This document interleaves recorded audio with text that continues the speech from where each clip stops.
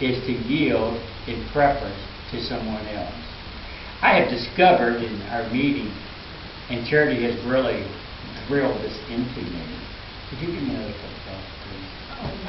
She has drilled into me. People really don't care what you have to say.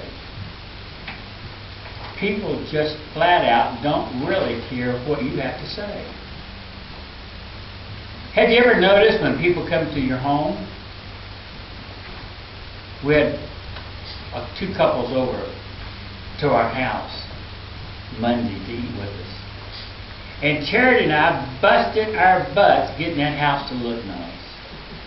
It hasn't looked that nice since the last time someone came over. I cleaned that breezeway, moved everything out, did the floors, and then we waxed the floors and made it look nice.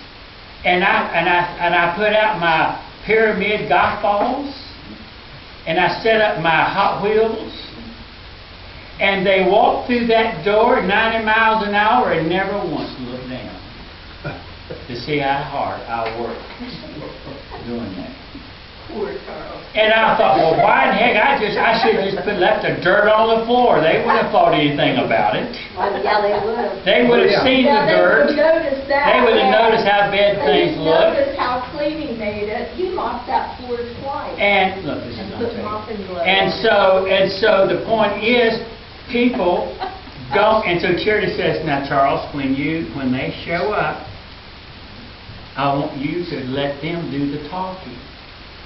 And let them say what they want to say, and you I keep said, quiet. ask them questions That's what I said. and show an interest. Yes. Right? And so I sat there wanting to say a whole lot of things and tell them everything I know. And Charity says, remember James chapter 1, Verse 19. verse 19. No, that came the next morning. Oh, yeah. And Richard says, honor your guests by preferring to them. Let them do the talking. And so after it's all over with, Charity's brother called Charity, and he says, I am so proud of Charles that he did not go into detail about all the things he didn't like about so-and-so. And Charles did not make one comment. I wanted to make a comment, but I wasn't. Proud of him. That verse came to my mind. And so you learn a lot. So when I went to the fellowship meeting, I knew what I was preaching on. I hate that. And so I wanted to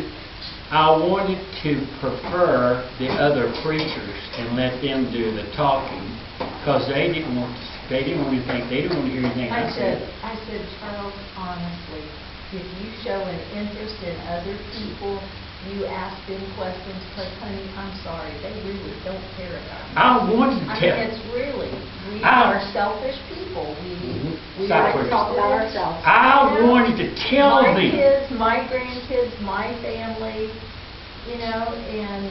I wanted to tell them how many people I won to the Lord. I wanted to tell them how great a preacher I am. I wanted to tell them how big my church was. I wanted to tell them that I have good people in our church who just listen to what I say, except for my wife. I wanted to tell them how many big churches I've been in, and how long I've pastored, and how I love to preach on 1 Peter in Romans. They never once asked me a question about what I was doing. They didn't have time because they were talking about themselves. And I walked away. They thought I was the nicest man I'm there. not saying it in an ugly way. I'm just trying to help him understand. And so, that's what 1 Peter chapter 1, verse 22 is. Let someone ask you the questions. The obedience, Philippians 2:2. Charity, you got Philippians 2:2? No, but I'll get it. The obedience and holiness mentioned in the verses prior. Two things we learn in 1 Peter chapter 1. Be obedient and live holy. it comprehends the whole duty and the frame of Christian life towards God and man. And having urged that in general, he is specific, this grace of mutual Christian love as great evidence of our sincerity and the truth of our love. Philippians 2:2. Yep, I think that's the right verse. Then make my joy complete by being like-minded, having the same love, being one in spirit and purpose. I have to read verse 3 also.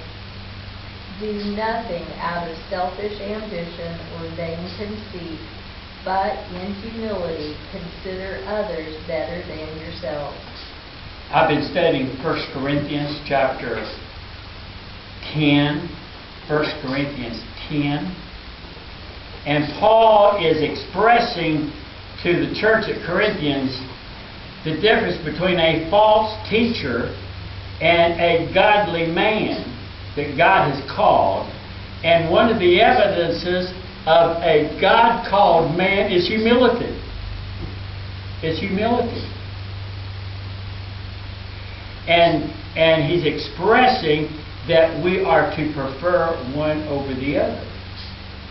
And others. And to read that verse again, verse 2, what did you say? Read it again. I lost my train of thought. Do nothing out of selfish ambition Right.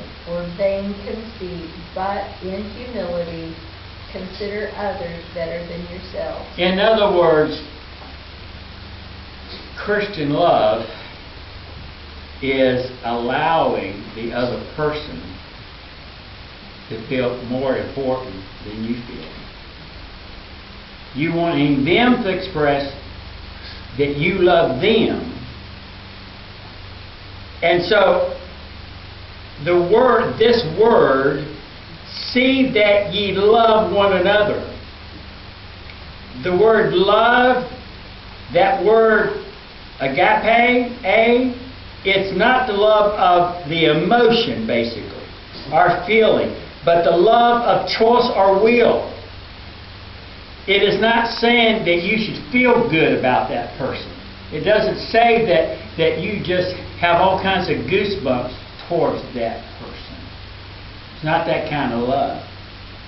But a love of choice. You choose to love that person. It's the kind of love that can respond to a command. You can't command emotional love. I want you to love me. I just want you to goo all over me. You can't command that.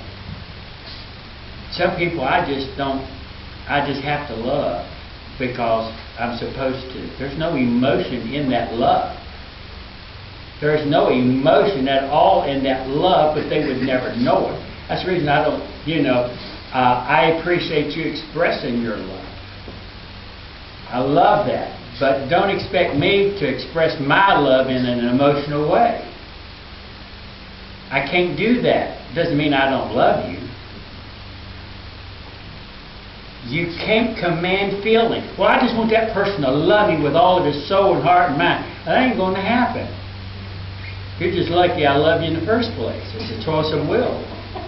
You can't command feelings, but you can command this kind of love because it is an act of the will. I will to love you. I think you know the command well, to love the brother.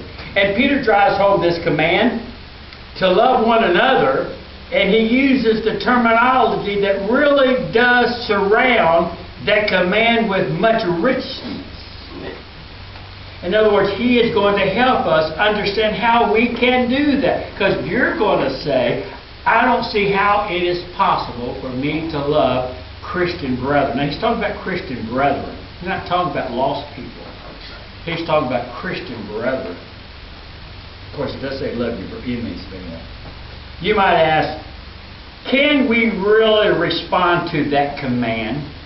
Are you saying that Peter is saying that I am to love my brother as an act of my will, even though I don't feel like I love him? You might ask. And do we have the ability to love others? Do we have that capacity? I know you're saying it is impossible for me to love some of my Christian brethren. That's true, by the way. It is impossible for you to love. Let me go on. The natural man cannot understand it or experience it. Look with me, if you will, to Luke 11:42. Luke chapter 11 and verse 42. Notice what it says. Find it real quick. Scripture tells us this. Luke 11:42. Here's what it says. Look at it.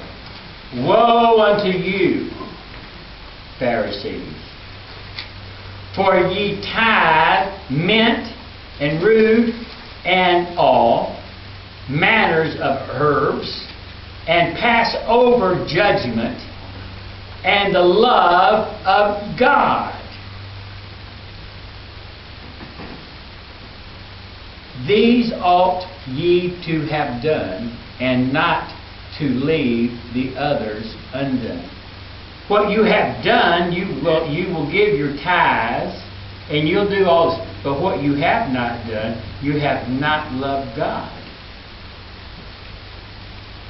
What you should have not done, you did, and what you should have done, you didn't. Or did. Those things are not in your life. You have outward religion, but you do not have the love of God. Look with me, Will, to John chapter 5. John chapter 5 and verse 42.